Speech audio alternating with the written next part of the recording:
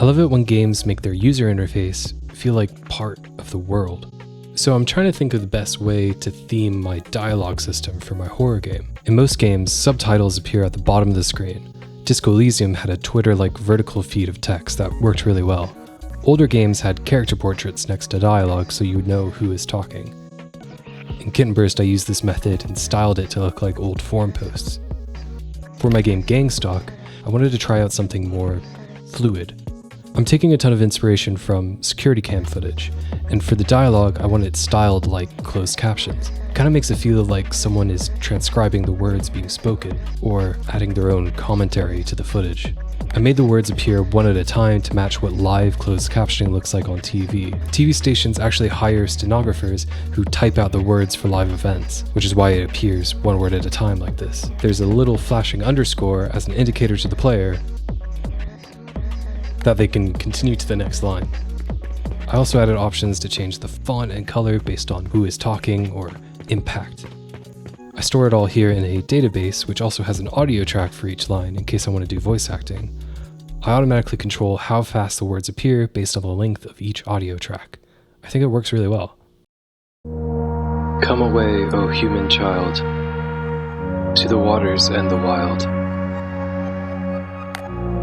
with a fairy hand in hand, for the world's more full of weeping than you can understand. I wasn't satisfied with this boxy look though. The way I had the widget set up, it was just all one text block, and then the background would deform to cover all of it, which just created a big box. I instead broke it up into several lines of text. This makes some interesting jagged patterns, which I think looks cooler. In the lines in my database, I use this tag, break, when defining where line break should be. My text widget reads the current string from the database and then adds the text onto the screen one word at a time. When it encounters this break tag, it switches to adding the word in the text box below the current one. I also edited the pace at which words appear based on the length of each word. Short words pop in quick, longer words take longer. Anti-disestablishmentarianism. Ooh, or what about that town? See? I posted these examples on my social media and I got a ton of feedback. One suggestion was that I should add a delay to the audio and the subtitles, since that would be more realistic of the delay on live TV. I tried it out, and while it is more accurate to live subtitling, I think it just ends up feeling too sluggish. I prefer when the words appear as they're being said, or close to when they're being said. Another suggestion I got was to add mistakes. Sometimes in live broadcasts, the stenographer would make a mistake and then quickly backtrack to fix it. I added a new tag, error, which defines when an error has taken place. When my widget encounters this, it goes back and erases the previous word and then just keeps adding the words after it. The effect is really trippy. The mismatch between what is being said and what you read in the subtitles is honestly really creepy to me. It almost feels like you're getting a glimpse into the subconscious thoughts of the speaker. It's like a Freudian slip simulator. Okay, but how does this dialogue get shown in the game? I first created it to work in cutscenes. Each line of dialogue in the database also had a camera ID associated with it. If there's nothing in there, my dialogue manager just doesn't do anything. But if there is a camera in there, it'll talk to my camera manager and say, hey, go switch the camera to this. That's a little object-oriented design right there.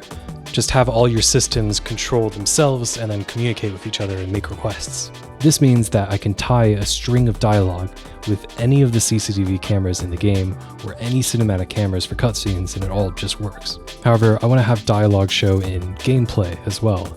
I love the trope in RPGs where you can go up to any object and interact with it, and it'll have some interesting line of dialogue. I decided to create a new blueprint inspired by this called a world note. I can place these anywhere in the world, and when you go up to it, a little icon will appear. If you interact with it, it'll play the dialogue associated with it. I also have it set up so that it can play the dialogue in the same location where the world note is and move around in the world. It almost looks like it's being motion matched in post. I also have another toggle so that it would just play automatically when the player gets close. I don't really want players to run around looking for all of these notes though, so I made them respond to my sonar system like this. Now all the notes that are close to the player will show up whenever you use sonar. I wanted to stress test the system and see how many world notes the UI could support, so I made this really cool error field effect. This is only like 100 notes though. Let's see if we can push it.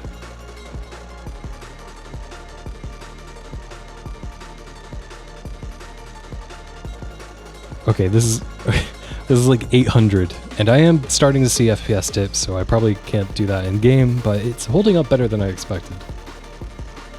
It's almost like the subtitles are a cloud around the player, like it's being actively hostile and trying to block our view. I'm making a note of that. The UI being hostile to the player in a horror game. There's something interesting there. When I started this, I just wanted to make my dialogue system look like closed captioning, but by wandering down this path, I've stumbled into a bunch of techniques and ideas that I can incorporate back into the game and make something really unique. Is that right, buddy? Another UI element I've been experimenting with is my interaction system. In many games, when you can interact with like a door or pick up an item, a little icon pops up to show you a button to press, or it like highlights the object. For Gangstock, I thought it'd be cool to style this like an AI detection system, like those boxes you can see that can recognize cars or animals or faces in a protest. In game, when you see one of these boxes and press the interact button, it'll interact with whatever's being detected, opening doors, picking up items.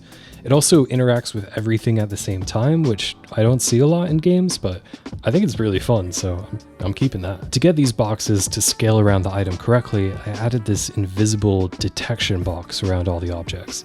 The UI widget then checks where each of the 8 corners of this box are located on the screen, and then finds the furthest point to the left, right, up, and down, and then uses that and some math to figure out how big to make the box. Maybe the system can also detect things the player can't see.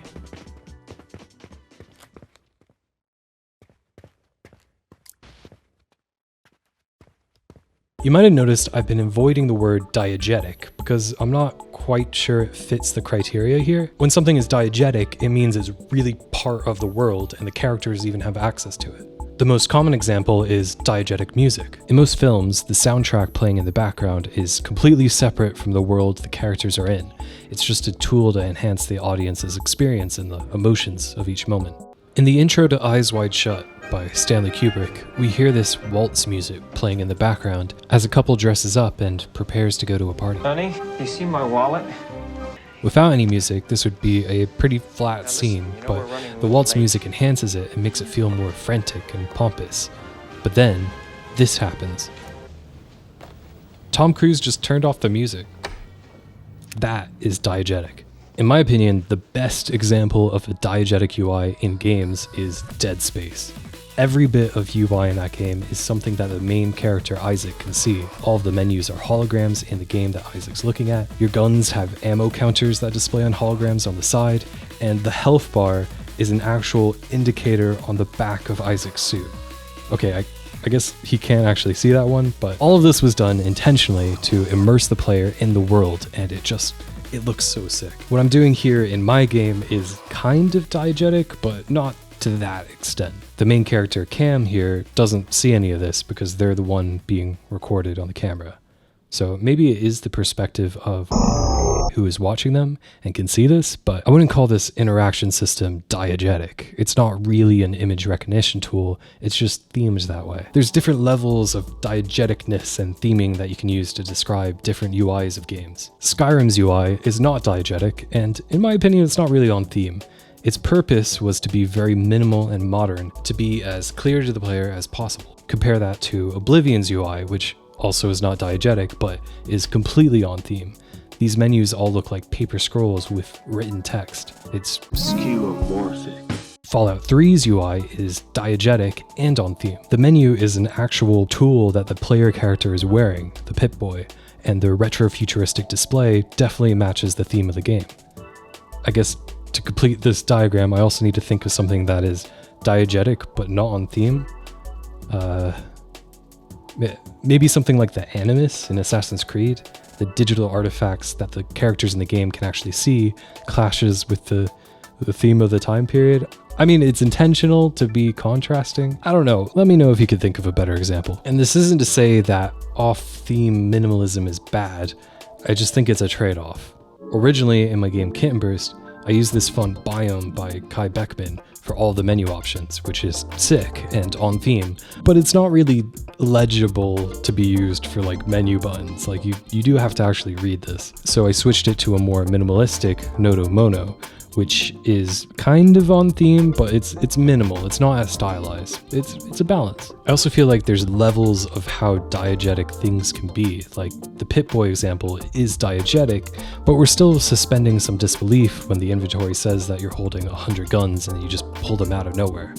Compare this to the inventory system in Sons of the Forest, which renders out all of your inventory in the world itself.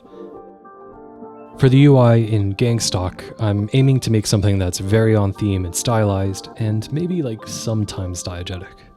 It's useful to try to stick to a theme when working on a project. The ideas you make to get around the restrictions a theme can cause winds up making something really fresh and unique. In Kitten Burst, I used a Animal Crossing-like dialogue effect for all of the character lines. Wait. But with this game, everything is pointing towards trying out actual voice acting. And I should note, while I am mentioning that I'm building out the support for that now, that's not a promise. And also I'm not looking for voice actors now. Thank you to everyone who's reached out, but I'm a ways away from that. So I'm not looking for voice actors right now, but thank you to the many people who've reached out. One thing I've learned of game dev is that you have to learn a whole bunch of different fields of art.